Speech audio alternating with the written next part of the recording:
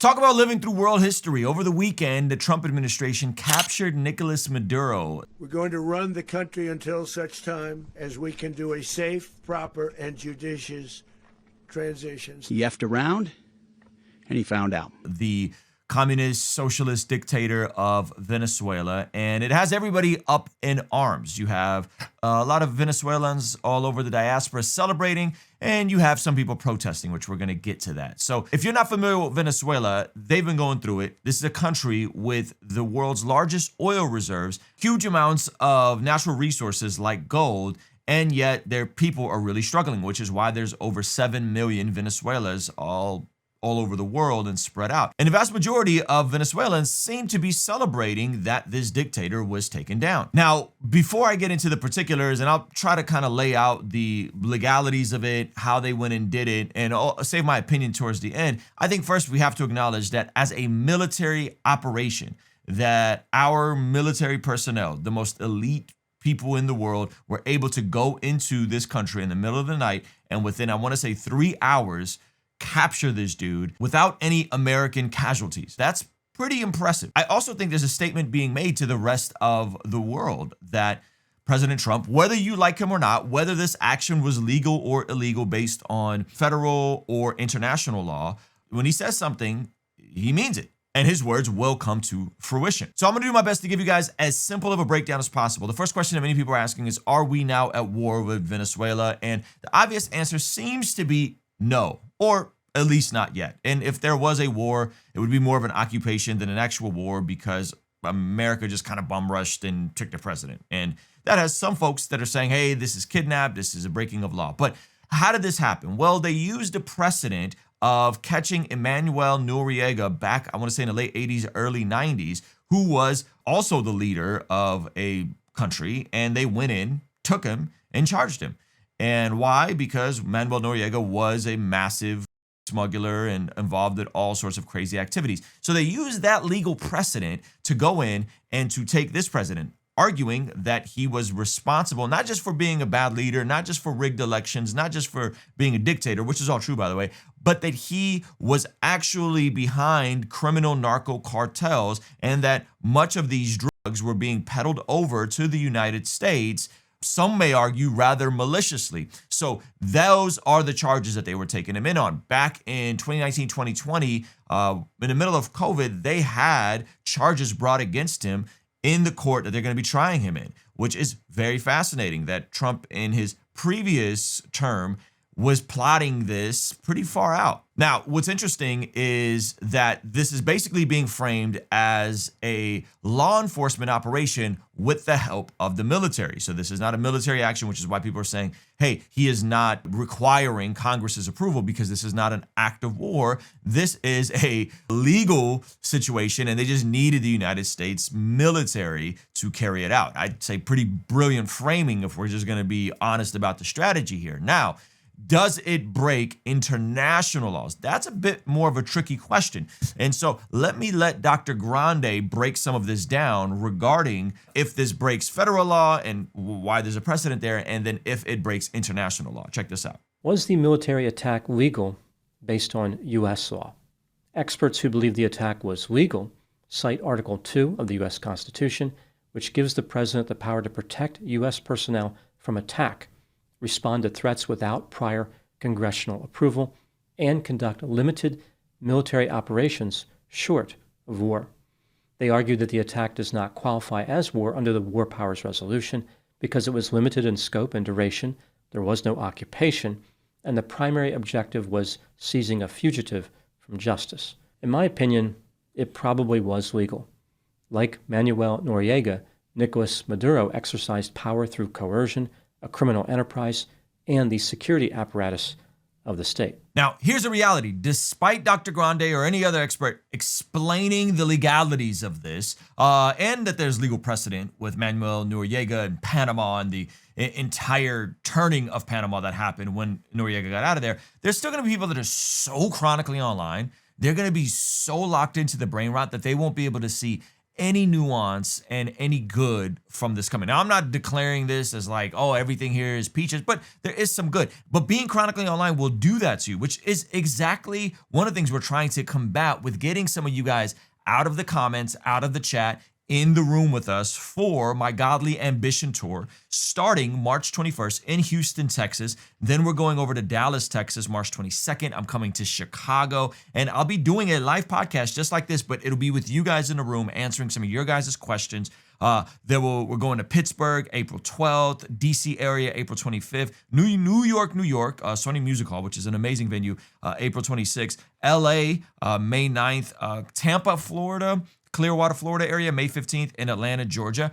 So I'm going to be doing a keynote on the theme for my new book, Godly Ambition. I'll also be fusing in some new music that I've been working on, as well as doing a live Q&A podcast conversation with special guests in each city. So you can hit the link in the pinned comment or go to RuslanKD.com. Get your tickets now, as I can't wait to be with some of you guys in person. Okay, let's jump back into this conversation regarding some of the idiosyncrasies and folks who have military backgrounds on this and what they think about it. Now, there's people who have military backgrounds like Nick Freitas that I want to defer to regarding their assessment of it, how this is different, and some of the legitimate concerns that will perhaps bring back memories to many military personnel who are veterans of what happened in Afghanistan and Iraq, meaning that we went in, we said we were going to liberate these people, we said we were going to overthrow the dictators, and then America was there for decades and decades and decades and seems to just walk away with not much of anything and the expense of thousands of American lives. I do think that there's something different here, and this is not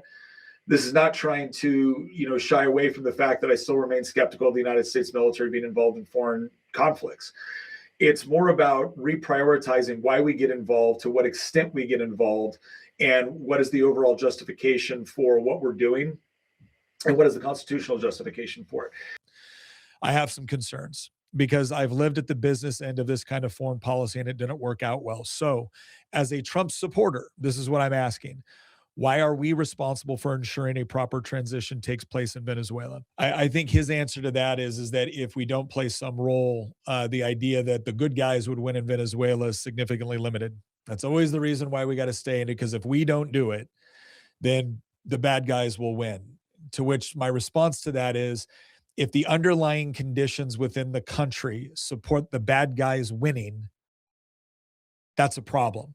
I have an issue with this idea that, well, it won't go right unless we're involved. And it's like, okay, that speaks to underlying conditions, which are problematic.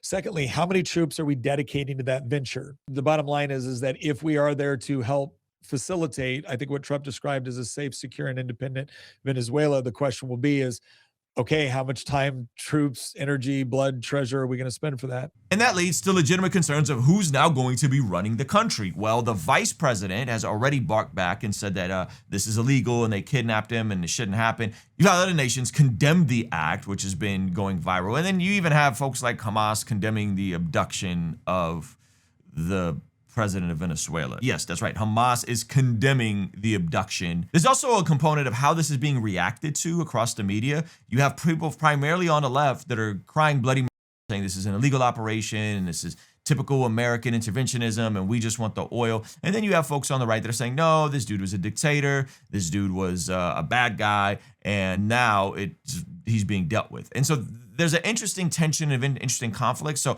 let me show you guys some of those oppositional views.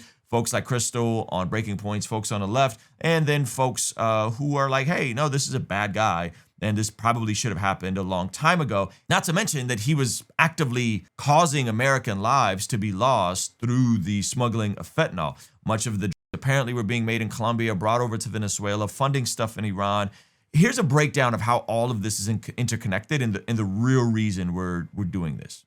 This is the YouTube channel Ali Tabriz, which he speaks on a lot of geopolitical Middle East stuff. Now, he does a great breakdown explaining this, and I want to give him a shout out and kind of give his voice to some of this stuff because I think he explains it probably much better than I can regarding how this all works together and that it's not just one thing. A lot of people are like, oh, it's just the oil, right? Like in Iraq and Afghanistan. It's like, no, there's multiple things. Multiple things can be true at the same time. Check it out. This is massive because The US gaining control and influence in Venezuela now, and American oil companies now going into Venezuela, means that on America's doorstep, they have just tapped into the largest oil reserves in the world and are less reliant on the Middle East, are less reliant on Saudi Arabia, and importantly, are less reliant on the Strait of Hormuz, the Persian Gulf, where 20% of the world's oil supply goes through every single day.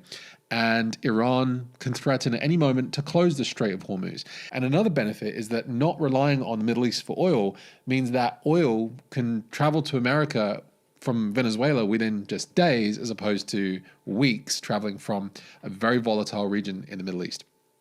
Along with this, the US military's Fifth Fleet, the big Navy fleet, is really just focused on protecting that Strait of Hormuz, a great cost to the US economy.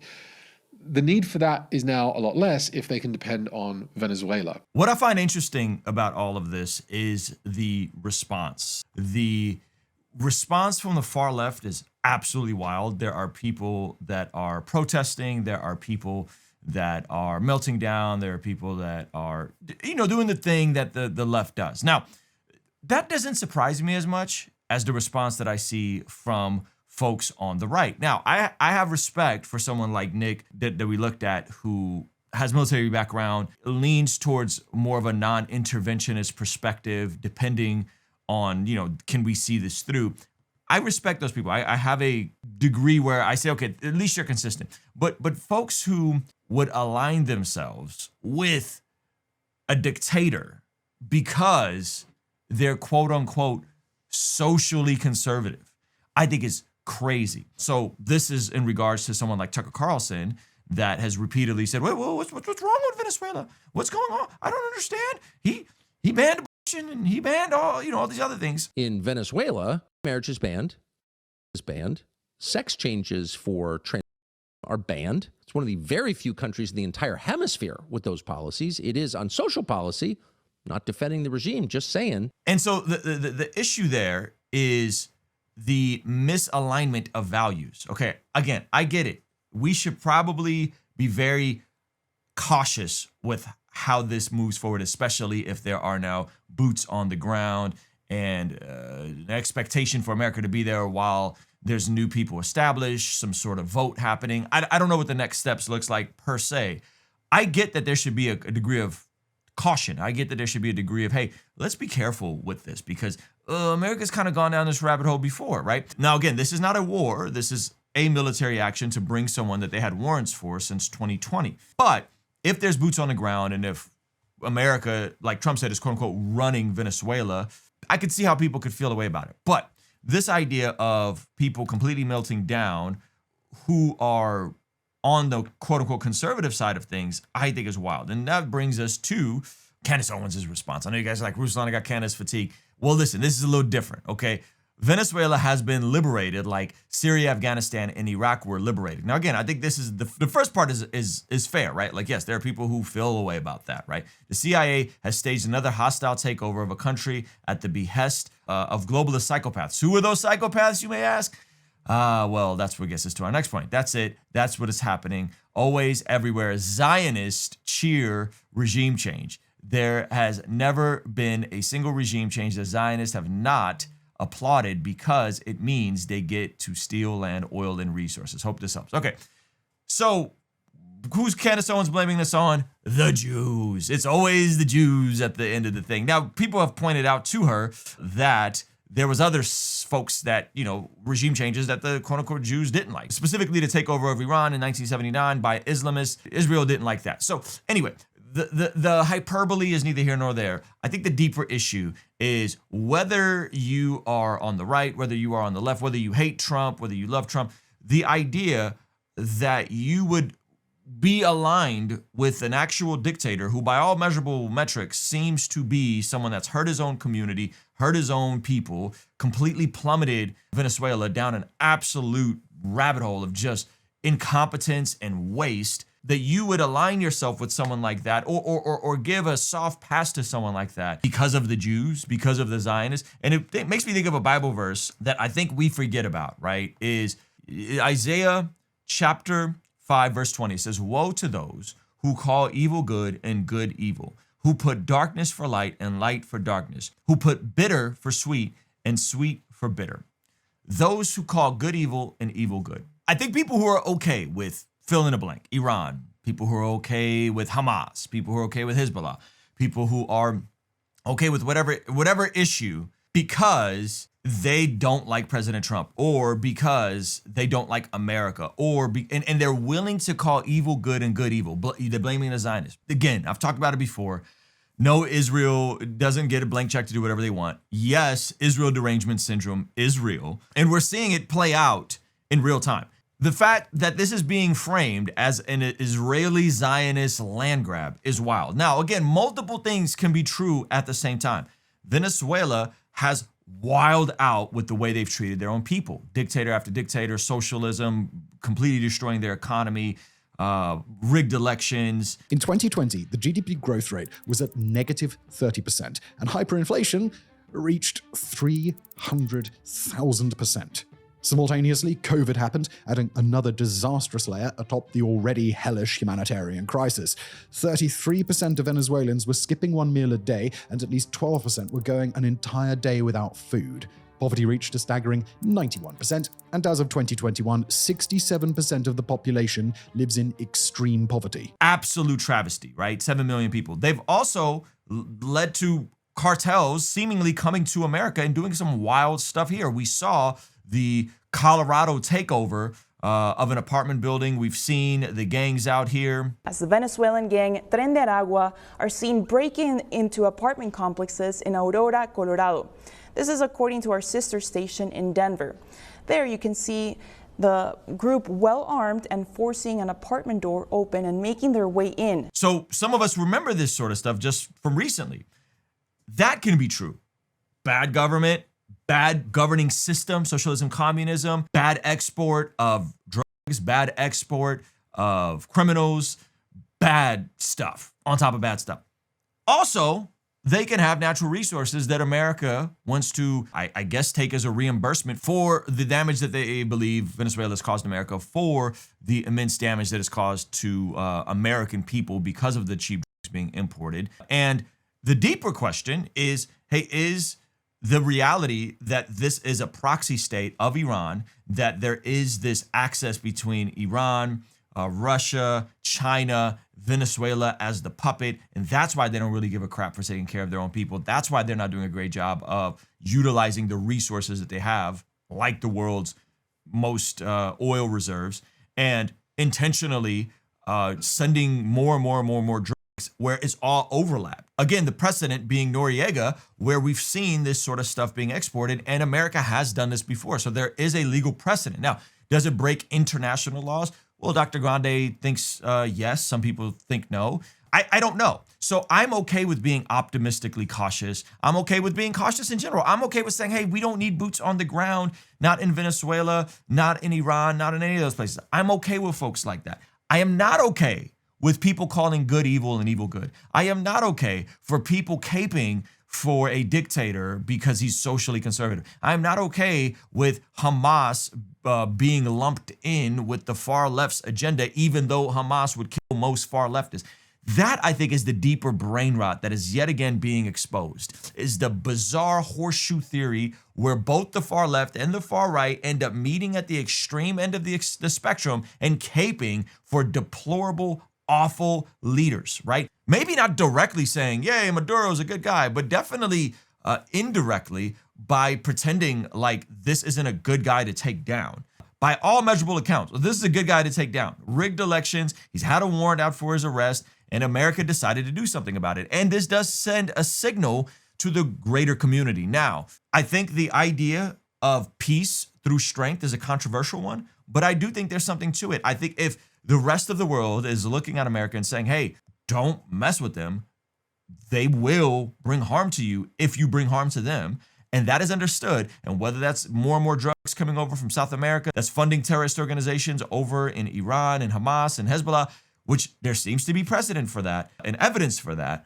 I think that it is beyond reasonable to say, yeah, this guy should be taken down. He mocked America, and as the own government and officials said, he effed around and found out, right? I think there's a reasonable conclusion to come to that. And again, I also understand that people are like, hey, we really don't want American troops, young American men on the ground over there. Who knows how that can go down? We saw what happened with Afghanistan. We saw what happened with Iraq, the absolute dumpster fire that it was. People still remember those things. Remember, weapons of mass destruction. Were there weapons of mass destruction? Some people say yes, some people say no. I've heard accounts that we did find weapons of mass destruction, but that they were tied to countries who were potentially allies, and America didn't want to expose them, and that's why they didn't put that out. Specifically, I think the connection to Germany potentially selling weapons of mass destruction over there, but we didn't want to expose Germany. You guys could look this up for yourself. So there's a lot of complicated stuff, as there always is with geopolitics.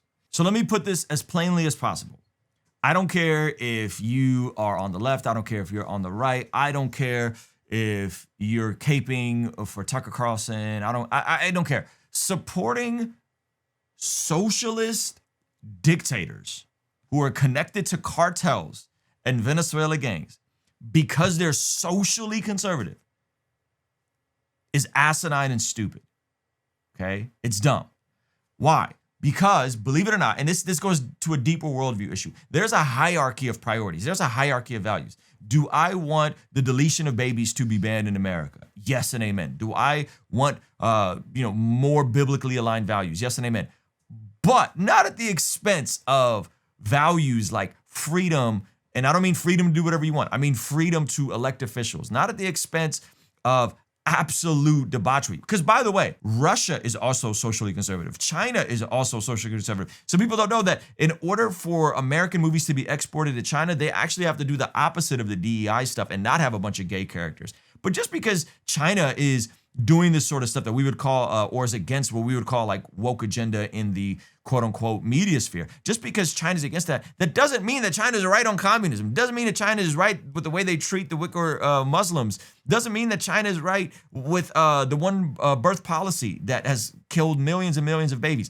Forced baby deletions, right? This is the absolute lack of critical thinking, lack of nuance with some of these stuff, is that what we're doing is we're aligning with people because we don't like the person that's on the other side. So the enemy of my enemy is my friend type logic. Just because you don't like Donald Trump doesn't mean this isn't a good move from Donald Trump. Multiple things could be true at the same time. Donald Trump can have some flaws in his character and have some sketchy stuff, and I could disagree with him on certain policies. At the same time, this could be a generally good move for America, even though it's an interventionist move. At the same time, there could be natural resources that could be extracted and to benefit the Venezuelan people and also to benefit Americans and American interests. All of these things could be true at the same time. What does that look like for American interest? Well, possibly the price of gas going down, possibly oil prices going down, the day-to-day expenses going down. So I think there's multiple things that can be true. And to simplify this as America's the big bad occupier, colonial power, leads back to a anti-capitalist, anti-American Marxist worldview, which I believe is absolutely incongruent with Scripture. And here is a clear example of that. This is a protest that's happening right now in New York, and why liberals clash with anti-Maduro Venezuelans in New York. This is the liberals who are oddly enough wanting to have the dictator remain in power because, I don't know, maybe they align with him because he's a socialist, and the actual folks from Venezuela. Now, no one really asked how do the Venezuelans feel about this, right? Everyone's kind of coming out with their own agenda. Okay, so let's take a look at this. Right now, there might be some profanity. Just hide your kids, hide your wife.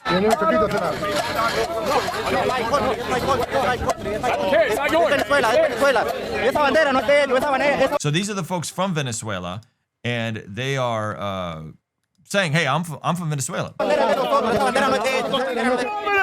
yo, we are Venezuela. You are not from my country. He said, you are not from my country. What part of Venezuela you are? What part of Venezuela you are? What part of Venezuela you are? What part of Venezuela you are? You are not from my country. You are not from my country. You are not from my country. You are not from my country. Ain't that interesting? You have folks that aren't from Venezuela that are protesting against the destruction of the Venezuela dictator that's completely just destroyed the country, despite all of the resources they have, completely just down the poop hole, if you will. And yet these folks are from Venezuela, and no one seems to care what they have to think. No volverá. We want justice, you say how. Release Maduro right now. Release Maduro right now. Preparados. Hay tono de hija de puta, perra. That's what we're doing. That's what needs to be done. Not to U.S. out of it. Not just people that are pro-capitalism. See, you see, he said not just people that are pro-cap. You see how it all comes back to the broader Marxist, oppressed versus oppressor, capitalist versus anti-capitalist framework. And before you go, Ruslan, are you saying that Jesus was a capitalist?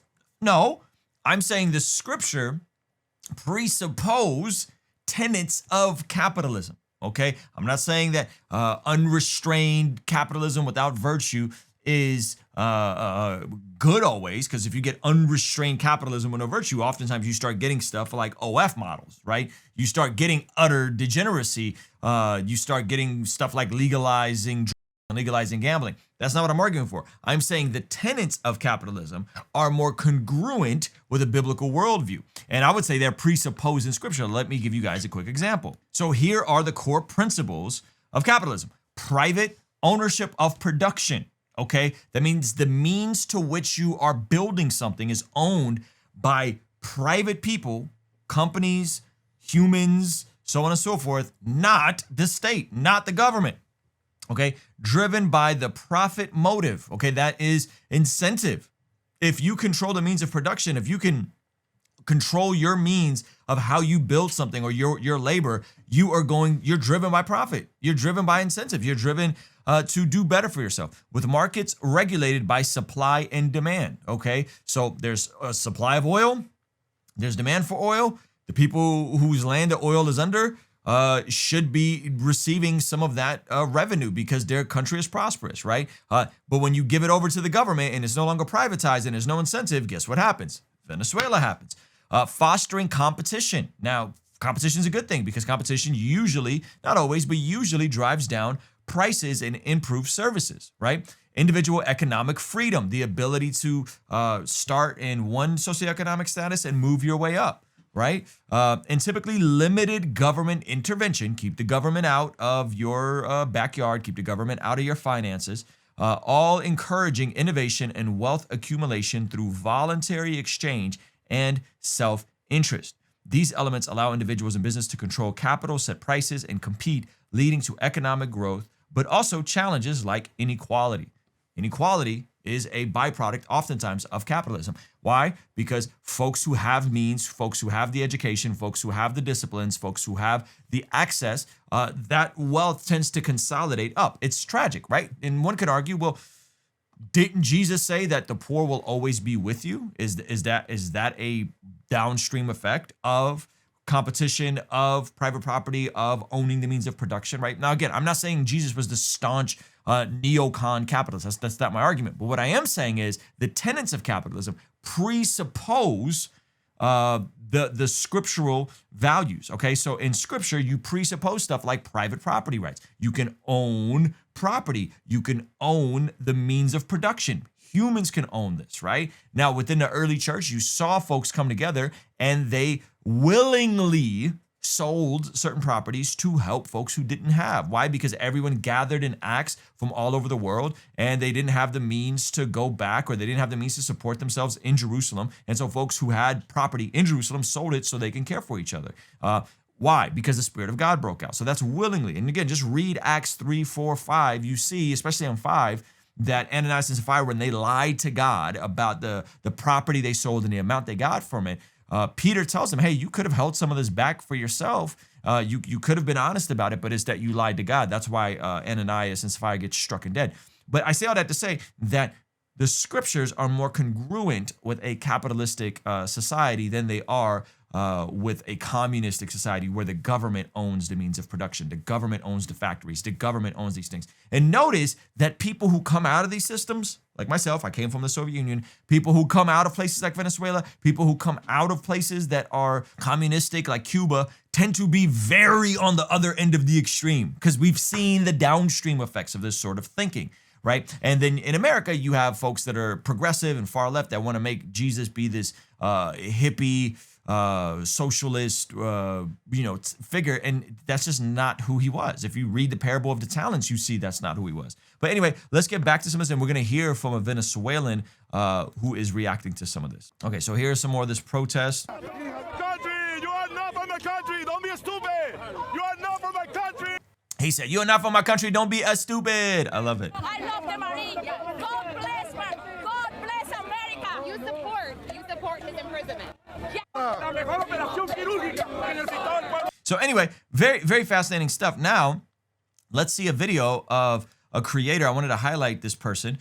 This is Koalin Robinson, and he is talking about, this is a great video. You guys should watch the video to see the impact on Russia, which is completely melting down, regarding hearing from actual Venezuelans and what do they think about this. Okay, so he interviews some. I wanted to react to this. So I decided to reach out to actual Venezuelans and get their opinion of what they think this means for their country, what the future looks like, and what they hope to see. So right now I'm about to speak to Laura. She's Venezuelan. She is a travel influencer, but she's been very vocal about what's happened in the last few hours.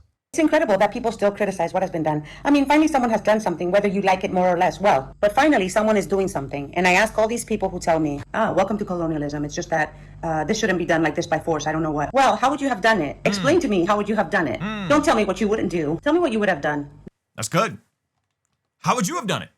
How would you have done it if there's narco regimes who do not believe in fair elections, that have completely destroyed their country's economy, fumbled all of the oil reserves and the natural resources they have, and are now partnering with places like Russia that have a ton of their gold reserves, partnering with places like Iran that have direct flights from Venezuela to Iran, and potentially that revenue that they're extracting from Venezuela going to fund terrorist operations, not to mention all the they're bringing here. How would you have done it? How would you have engaged? How would you have stopped this if you were the leader of America? You just keep looking the other way, right? And that's, by the way, that's what's coming out in terms of some of the politicians that could have been involved in this, that they potentially had buyouts in America, right? So how would you have done it? What are the solutions you're presenting? Are there any solutions? Or is it just, America bad, America bad, America bad, America bad, America's colonial, America's an oppressor? These things often, again, aren't connected to any sort of critical thinking. It's just the latest, black or white, all or nothing approach to this sort of conversation, which is unfortunate. And I really think that folks who are wanting to be taken seriously should do better in how they're going to articulate and engage in these conversations. Okay, let's hear her reaction to all of this news.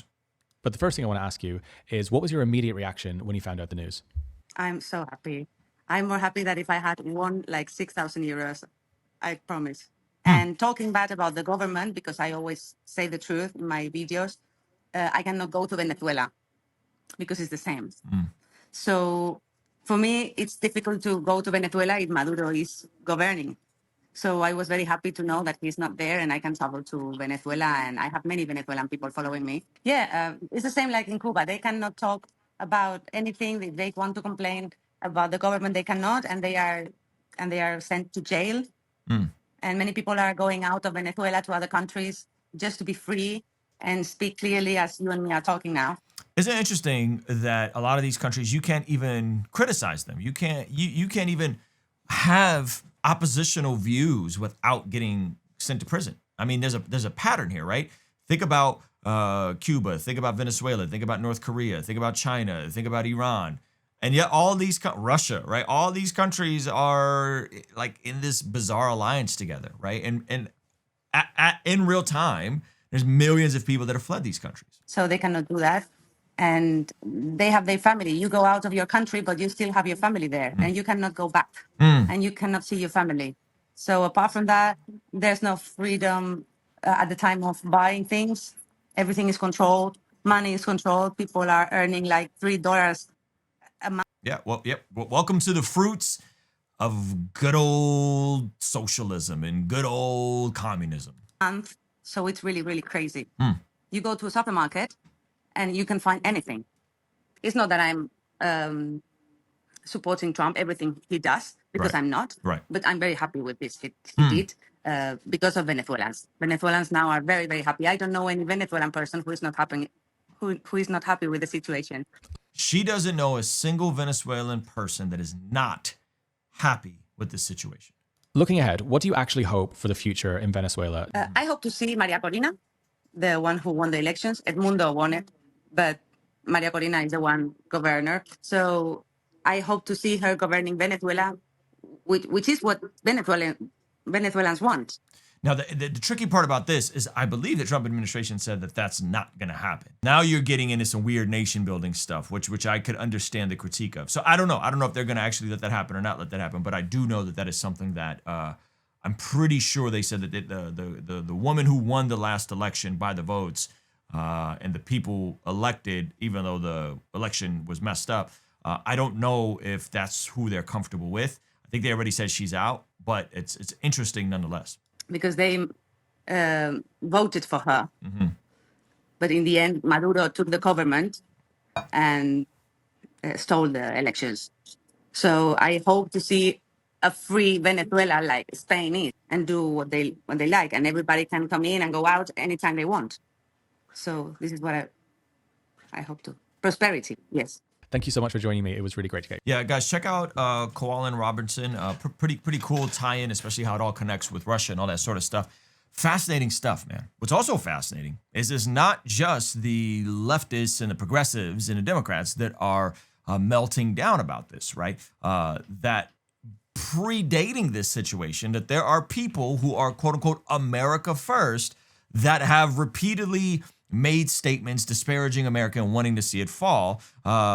That sounds a lot like the far left. And again, this is the weird horseshoe where they all meet at the end the further extreme you go, which leads us to you guys' favorite groper, Nick Fuentes. He has a couple clips surfacing from several years ago that look pretty awful. Okay, so let's take a look at this first clip right here. Let's face it. The United States government has become the evil empire in the world. This isn't just AOC saying this sort of stuff. This isn't just Ilhan Omar saying this sort of stuff.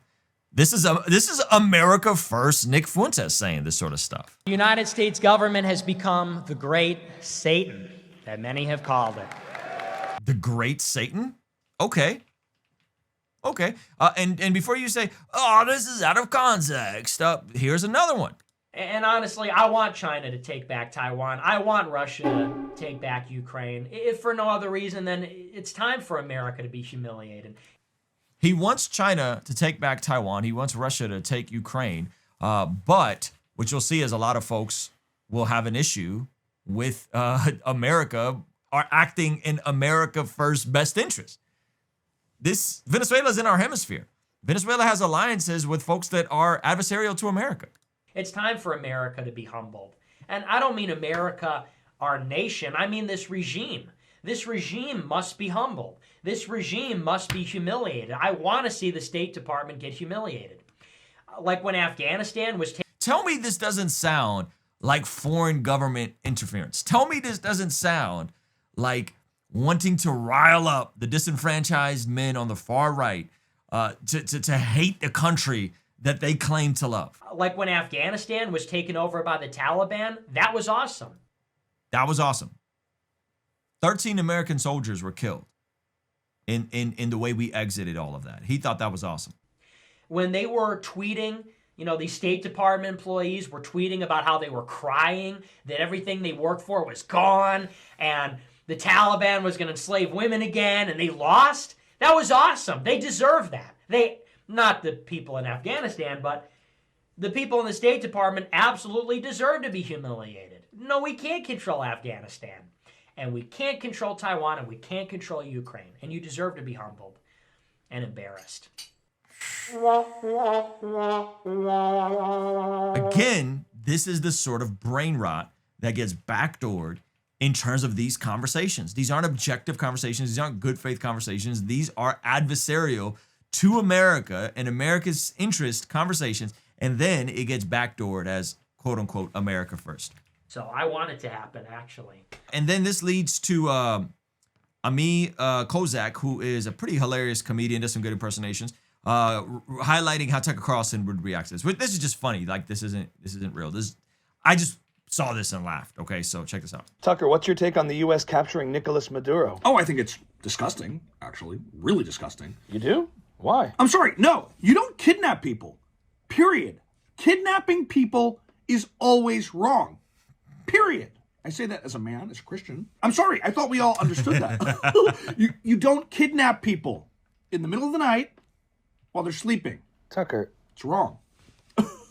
Things happened to me in the middle of the night. I was by a demon while I was sleeping. It didn't kidnap me, but it could have. I remember reacting to that video. That was a pretty wild video for Tucker to say that, you know, a demon fondled him and left scratch marks on his back. And I'm against that. Period.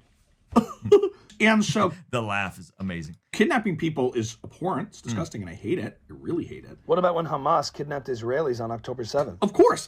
You can't do that. I mean, from what I understand, Hamas is a political organization. Sharia law, is it really so bad?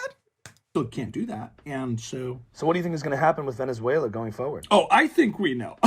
I think we know what's going to happen. There's going to be a disaster. And I'm devastated, absolutely devastated about what's going to happen there. Well, what are your predictions? Well, it's certainly going to become a lot less socially conservative. What?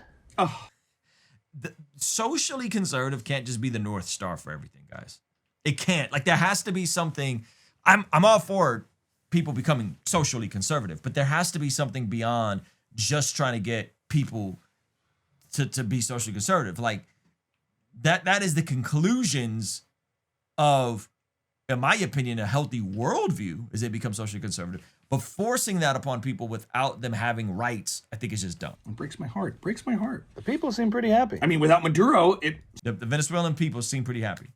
Say what you want. It's going to be a lot less socially conservative. Tucker, under Maduro, small children were starving in the street. Okay, but at least these children were allowed to be born in the first place. Oh, come on. Because guess what? It is illegal there. Okay. It's banned. Completely banned. So what? And so... Is that the only policy that exists? Infant mortality was through the roof. But they were allowed to be born. And then... They had immense rates of infant mortality. And so this is the most important thing to Tucker, which is really interesting. Now, again, I do think that the killing of babies should absolutely be banned. Absolutely. So I could agree with that policy while saying, hey, the overall way they've approached this is bad. Enslaved. Is it better to starve while you're alive or be killed in utero? I mean... Both seem bad to different degrees, Tucker. What, but because you agree with his stance on you're willing to overlook the fact that he was an oppressive dictator? I mean, the last I checked when they asked him what he wanted to do, he said he wanted to help his people. Oh, jeez. And I can't see why that's wrong to want to help your people. I think we should want to help our people. That's typical Tucker Carlson. I can't see why that's wrong to want to help your people. He wanted to help his people. That's what he was at least trying to do. Like every tyrant. Meanwhile, all these other politicians want to help foreign countries, certain foreign countries, that have no strategic alliance to us at all. Like, this at all. Is so good. Like, at all. He wanted to help his people. And so, and I'm not saying I support Maduro at all, like at all. Oh, really? Well, it sure sounds like you do. Oh, I think he's disgusting. So you're against Maduro. And now we're bringing Maduro, who, by my estimation, is an illegal immigrant. I mean, we're bringing him into our country, and we're going to take care of him in this country. I mean, that's the problem. Sorry, don't want to take in another immigrant. So you're against bringing Maduro into this country because he's an illegal immigrant? So you're against Maduro? Oh, I totally support him. Tucker, what do you stand for? I don't know. Neither does anyone. Oh, man. Hey, shout out to this brother. He says comedian, musician. Yeah, he is super funny. He's been going viral for a while. He's the guy who checked Candace Owens when Candace Owens started talking about a Muslim quarter.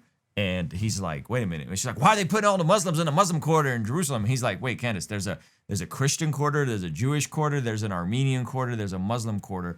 That's how the city's broken down. That's not apartheid. Like, that's how the city of Jerusalem works, right? And so anyway, super dope dude. Give him a follow and check out his stuff. Okay, speaking of folks who are making great content, giving them a follow, I gotta react to this video from, I think this is A. Telly, how special forces infiltrated Venezuela. And then in a moment, we're going to look at the story of Tim Walz dropping out and who surprisingly is taking credit for that. All right, let's jump into this video. Okay, this is nothing short of absolutely remarkable in terms of the execution of this. Again, even if you disagree with it politically, even if you're like a non-interventionist, we shouldn't be doing this. What our military was able to execute is pretty phenomenal. All right, so let's check this out. This is AI Telly. Go watch the full video of this. How do you capture a high-value target when the whole world is watching? You create a masterclass in deception. The CIA set the stage with a single building as bait and filled the sky with 150 aircraft to create a deafening sonic shield for the helicopters to drop Delta forces. Okay, that's pretty amazing. The aircrafts all over the skyline deafen the skies. They're so loud that the helicopters can sneak in and grab Maduro. All right, and this is basically all of this. I think they're starting to put this out and let people know how they did it. F-35s lit up the perimeter, turning night into day. By the time the dust settled, the helicopters had already touched down and Maduro was gone. We'll also look at how the U.S. uses the F-35 jets in its... That's incredible. Gosh, man, that's incredible. I know people are like, American exceptionalism, bad. But this is a phenomenal military operation. The Delta Force folks, well done. Navy to launch a large-scale attack, all in the video ahead. In the dead of night, that is 2 in the morning, the lights went out in Caracas. By 5 a.m., the president of Venezuela was gone. So, one is like, how did they even get the lights to go out, right? How did that happen? What was the technology they used to pull that off? That's fascinating. How U.S. played deception games. While the whole world were focused on the aircraft carriers in the Caribbean, a shadow war was being fought on the ground. This wasn't an invasion. It was a surgical extraction. That's really important. For the legal side of this, this was not an invasion. It was an extraction. We finally have the declassified timeline of how U.S. forces breached the heart of Caracas and extracted Nicolas Maduro. Let's start with step 1. The setup. This didn't happen overnight. For months, the U.S. had been tightening a naval quarantine around Venezuela. The U.S. Gerald R-4 Carrier Strike Group and the U.S. Iwo Jima Amphibious Ready Group were parked off the coast. Now, initially, this was phrased as, hey, we are making sure that we can stop the boats that are going out. That was initially what was being, this was being framed as. Hey, we're going to stop the boats coming out with all the that are coming to America and flooding American streets. Pretext was clear. The U.S. designated the Venezuelan government a narco-terrorist state, specifically targeting the lords, but while the Navy squeezed the coast, intelligence assets were tracking one man. They waited for a specific window, a moment where Maduro was stationary and vulnerable. Step 2, the strike. It began at exactly 2 in the morning Venezuelan Standard Time. High above, several F-35 stealth fighters punch a hole through the enemy lines, destabilizing their anti-air defenses. Like these Russian S-300 missiles located all over the strategic high-value target. With the skies cleared, the path opens for Delta Force helicopters to fly straight towards the mission. Here comes the deception as the helicopters flew. The jets started firing with more strikes as it hit Fort Tuna, the main military base and command center, and La Carlova Air Base, destabilizing Venezuelan air support. Reports from the ground described widespread explosions and a sudden communications blackout. The chaos wasn't the goal, it was the cover. Chaos wasn't the goal, it was the cover. So they are striking all the bases. And again, remember we talked earlier about Russia, we talked about Iran. You're going to start seeing that more and more of this is not just conspiracy theory stuff. There is overlap with these other countries being involved in Venezuela. But how did the raid happen? We have to look at step 3. Under the cover of darkness and chaos, the Tier 1 operators went to work. But what is the exact unit tasked with the mission? It is the Delta Force, one of the most elite secretive special forces units in the U.S. military. Witnesses in Caracas reported low-flying aircraft skimming the rooftops, flying well below radar coverage. The team breached a secure compound believed to be a safe house within the massive Fort Tuna complex. Resistance from the Venezuelan Presidential Guard was swift but ultimately futile, as the helicopters lay cover fire. The operators moved with surgical speed, landing on multiple points. Specialized helicopters hovered over the objective to insert the assault team. While dozens of attack helicopters laid down suppression fire, the Delta Special Forces descended and started the search for the high-value targets. How did they... I mean, this is really wild that they, just to think about this for a second. They went in the middle of the night and extracted the president and his wife of another country. It wouldn't have been as impressive if they just would have taken him out. The fact that they extracted him to bring him to justice, I think is pretty incredible operation. People are saying this is going to be studied years from now in terms of other militaries learning, or specifically other soldiers in the future learning from this.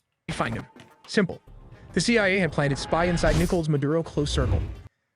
That's savage. That the CIA planted. They planted people. So what happened is they probably flipped a bunch of people that were close to him. So this dude probably wasn't even that booming and popular with his own crew. That they flipped these folks to get the intel of where he was at and track him. While back in the US, Delta Force built an exact replica of his safe house, rehearsing the raid until they could do it blindfolded. While operators breached the room so fast, his security could not even react to the situation as the sound of flash grenades disoriented the security guard. Using blowtorch, they caught him before he could even lock all the doors. Maduro's shock and awe froze him as Yeah, they said he was trying to pull himself into one of those lock rooms, but even then they would have been able to extract him because they could have just, I guess, cut through it. And but before he could even do that, they were able to grab him. Delta Force breached the compound. Nichols Maduro and his wife, Celia Flores, were physically secured. This wasn't a negotiation. They were detained and immediately moved to the extraction point. This wasn't a negotiation line, it's savage. These aircraft are capable of performing urban extractions from buildings and refueling in midair. Within minutes, they were airborne, leaving Venezuelan airspace and heading to a secure floating staging base in the Caribbean. This Operation Southern Spear has changed the geopolitical map of South America overnight. But wait before after the extractions, there were reports of F-35 jets also leading the tip of the spear for the attack. Yeah, so this is super interesting, but what I wanted to point out was that they had, they used specific kind of jets because I guess they were more stealth, meaning they could fly under certain radar systems. He unpacks that a bit more at the 4-minute, 28-second mark. Positioned advanced Russian S-300 missile systems, Chinese radar networks, integrated Russian air defenses, and Shahed drones along its borders. So here you got Russia providing defenses, you got China and Iran. Now people are going to say we should have intervened, whatever, but it's like, hey, we shouldn't go over there for oil. What do you think Russia was over there for? What do you think Iran was over there for? What do you think China was over there for? Because they're such generous countries that want to help Venezuela out of the goodness of their heart? No, they were there for the oil. They were there because they were within the Western Hemisphere, keeping an eye on America. They were there for the same reasons that people are mad for Trump being transparent. Yeah, we want to recoup some of the money we lost through our oil refineries and bringing some of this oil here and getting the cost of living down. Right now, again, right or wrong, legal or illegal, at least he's telling you the truth. At least he's telling you specifically what it's about and why he's going over there. I appreciate it. So anyway, guys, go check out this entire video where he walks through all of the operation and how it was done. Again, this is nothing short of incredible by our military and the Delta Forces for carrying this out without any American casualties. Okay, any American casualties, and they were able to go in, get out, and a phenomenal operation as far as I'm concerned. And speaking of phenomenal operations, Governor Tim Walz has just announced that he will not be running from re-election. And guess who is celebrating? That's right, Nick Shirley. He just wrote, "I ended Tim Walz." Okay, now if you guys don't know what's going on, we'll look at a statement in a second. But Tim Walz, the governor of Minnesota, the person that almost became the vice president of the United States, has decided not to run because of the allegations of widespread fraud happening all over the Minnesota, all over different after-school programs in Minnesota connected to Somalian immigrants. Okay, so let's play this clip. This is from local Minnesota news. Check this out. And we have been bringing you breaking news. Governor Tim Walz announcing just at the top of the hour officially he will not be seeking a third term amid all of the political turmoil going on with what's going on with fraud in our state to the tune of, some say, billions of dollars. Let's check in with our chief political correspondent, Corn Hoggard, who was there at the governor's news conference announcing the end of his re-election campaign.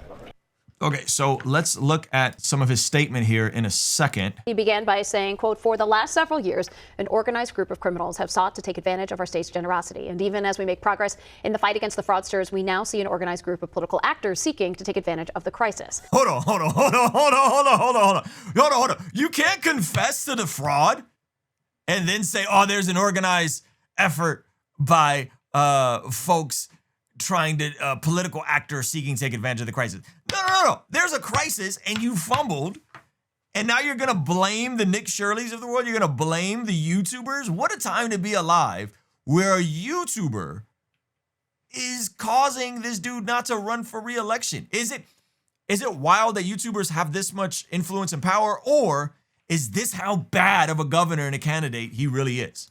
Governor went on to say that he wouldn't mince words and said Donald Trump and his allies in both Washington and in St. Paul and online want to make our state a colder, meaner place. Oh my gosh.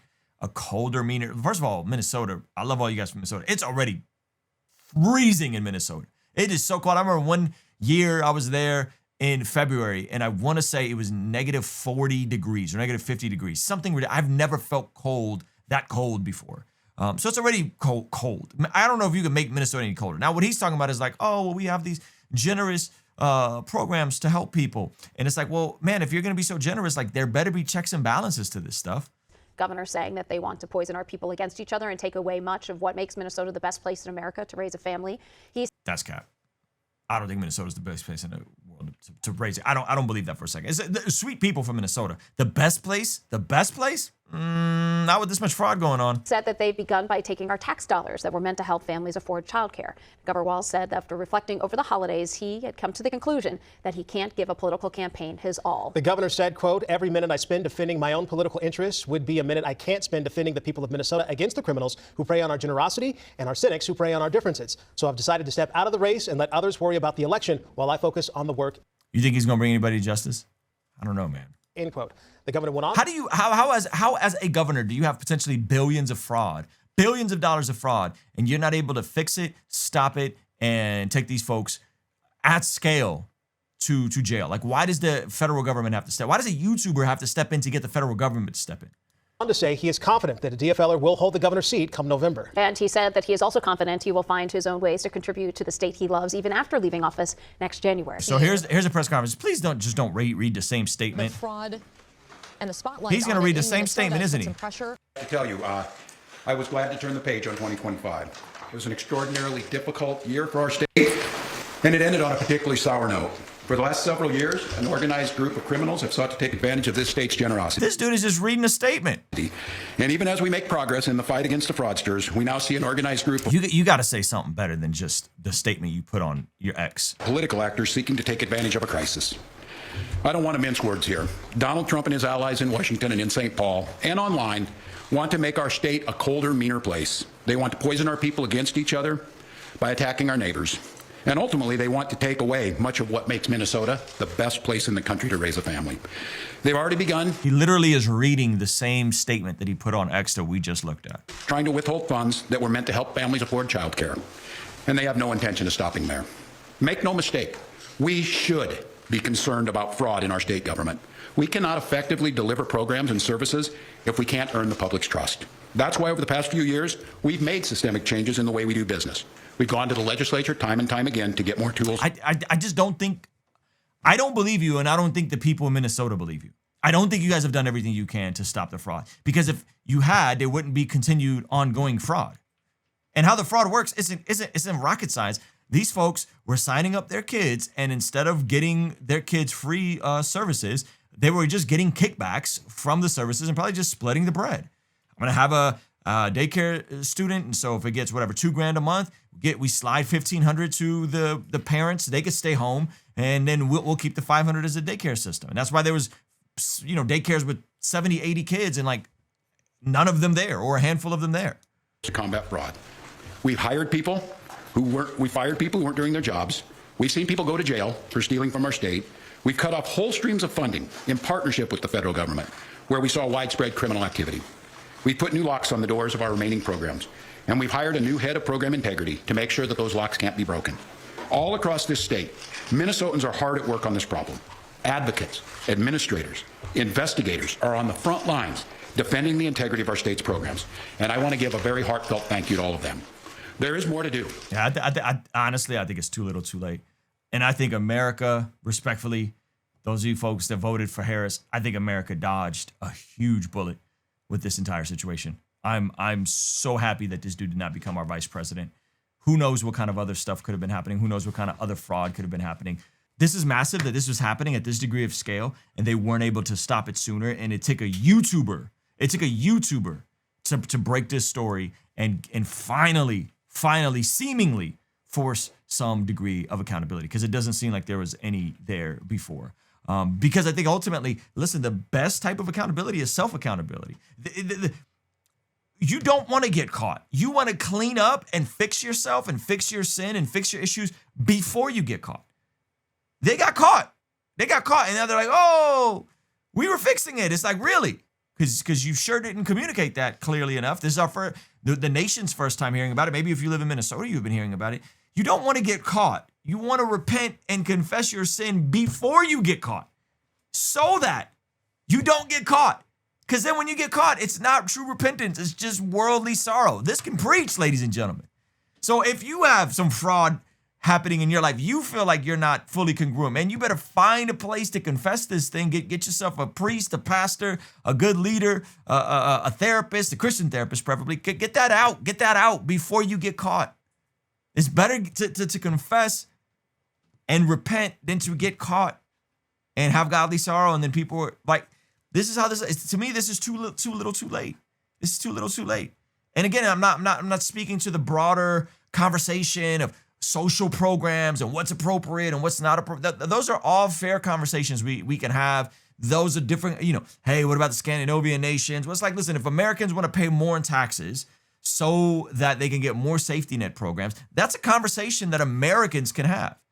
But just blaming everything on people who have more than you and having this bizarre Robin Hood approach to politics where you're going to take from the greedy, bad folks who are developing the jobs and creating all the value and doing all the innovation. We're going to take from them and give to other people. This is what this leads to. It leads to mass fraud.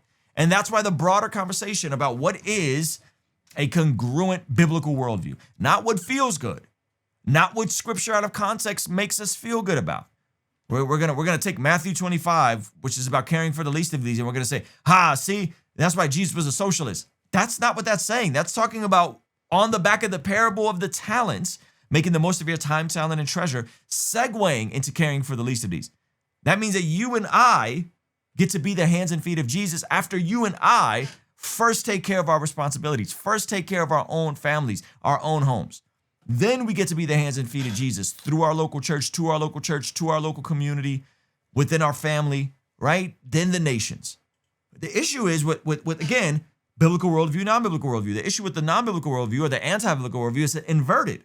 Care about what's happening out there and be angry about what's happening in a whole another continent instead of first taking care of your own home, right? And again, if there are times where the government decides to step in and intervene because they believe that's in the best interest of the government, like Nigeria, like Venezuela, I think that's different. Again, and I'm not just going to cape for anything Trump does. I'm not. I don't know how the situation in Venezuela is going to play out. I think there is a precedent to proceed with caution, to be careful, to be intentional, to be calculated with how these things are going to play out. But in that, I think everybody coming out with conclusions about what this is, how this is going to play out is wild. And so biblical worldview versus non-biblical worldview, right? And again, a non-biblical worldview isn't neutral. Oftentimes it's an anti-biblical worldview, right? And so I'm also very curious of the same people that were crying bloody murder after America stepped in and did something about Iran.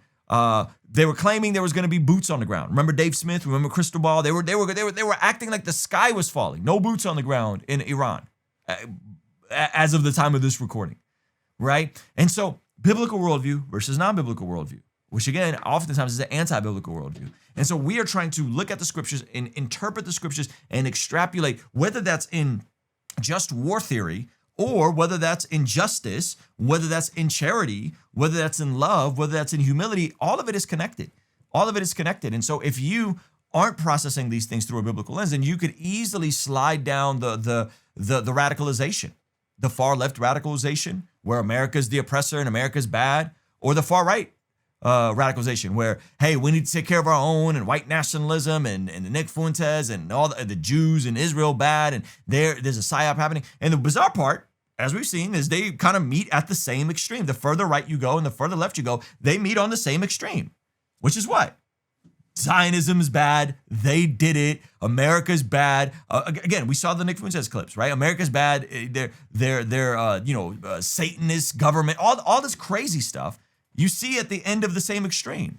They end at the same extreme. Caping for Islam, caping for Sharia law, mad at the Jews, mad at Israel, mad at democracy, mad at going into Nigeria and protecting Christians. So you have to think about this. And so I don't know if these people are good faith actors or if there's meddling happening from other nations, right? We've connected the dots between Qatar and Tucker Carlson. That's verified. The company that's funding Tucker Carlson's a media company is directly connected to a Qatari investment fund. That's verified. We looked at that. You can verify that yourself, right? It's not a direct through line, but there is a Qatari who is giving money to Tucker Carlson. And now all of a sudden, Tucker Carlson's in a complete 180 on this sort of stuff, on everything, almost all of his views from Israel to Islam. I find it telling, right? So I want to hear from you guys, though. What do you guys think about this sort of stuff? Like, is it weird that before the dust is settled, people are already coming out with these pre-written lines about, oh, America's bad. Oh, this is going to, or do we just wait and see? Do we wait and see how this plays out? Is it going to play out in our best interest? Is it not going to play out in our best interest? Is there going to be boots on the ground? Is there not going to be boots on the ground? Can we help Venezuela turn it around and empower them and find a free and fair elections and have a government that's hopefully more friendly to America and can work with us? Or is that not going to happen? I think the alternative is worse. The alternative is do nothing and let Iran and China run that country. Russia run that country. That's what's been happening. Clearly, that's not working for them. Clearly, that's not working for us. Clearly, that's not working for it doesn't seem like it's working for anybody but the dictator. So I'm curious on your thoughts on this, and I'm curious to see how do you reorient yourself when all of this is going on, and you turn on the news and it seems like the sky is falling, depending on who you listen to, right? Can you reorient yourself? And that's a lot of the worldview aspect is kind of what we're doing this channel for, but specifically also what we're doing the Blessed God Summit for, right? We're breaking it down into worldview, virtue, and impact. Why? Because we believe that once you have a proper worldview, once you have your head on straight and you don't think it's the Jews and the Zionists that are coming to get you, you got your head on straight, then you could build the type of virtues that impact your neighbor for good, that impact your community for good. And then from those virtues is how you make global impact. So that's the theme of the Blessed God Summit. We're starting with worldview. We're going into virtue, which is day 2, and then we're going into impact. And the lineup for this is absolutely stellar, right? March 5th, 6th, and 7th in Oceanside. I'll be there. Wes Huff is the keynote for day 1. Michael Knowles is going to be there. Ninjas and Butterflies, Dr. Gavin Ortland, KB and Amin, Dr. Sean McDowell. God Logic is going to be debating Jacob Hansen on a Trinity. Jacob Hansen is the LDS apologist I had on. They're going to be debating on the Trinity. Mike Winger is going to be there. Trizzleman Fitness is going to be there. Josh Nadeau, What Do You Meme, Brooke Moser, and Justin Early. Justin Early wrote an amazing book on habits of the household. You really should check it out. Antonio Cover is going to be there. Dustin Savella, and we just confirmed Indie Tribe on the lineup. See if they're not on the website yet, but Ryan Hord's going to be there. And we're still confirming people, by the way. So go to Blessed God Summit, get your tickets now. Now this is a premium event, okay? So we need you guys out of the comments, out of the chat, and get in the room with us. Premium event, $300, but there is a opportunity to sign up for a scholarship opportunity. If you just scroll down and you could apply for a scholarship. We sent out the email for the first 20 scholarships already. And if you got it like that and you want to buy a paid forward ticket, you could do that, or you can you could inquire about being a sponsor. All of this is right here. Scholarship application is right here. So I can't wait to be with some of you guys in the room, in person, hanging out, March 5th, 6th, and 7th. And then, of course, you guys know I'm going to be on tour right after that. So blessedgodsummit.com. Check that out. And then check out one of these other videos YouTube is recommending that they think you'll like. I want to know if they nailed it. All right. And also, hey, if you're new here, make sure you hit that subscribe button. Make sure you hit that like button. Consider partnering with us on Patreon. I think tomorrow we're going to open up the lines to chat with some of you guys over on Patreon and get some of your guys' questions in. So anyway, drop the comments below, and I'll see you guys tomorrow. All right. Peace.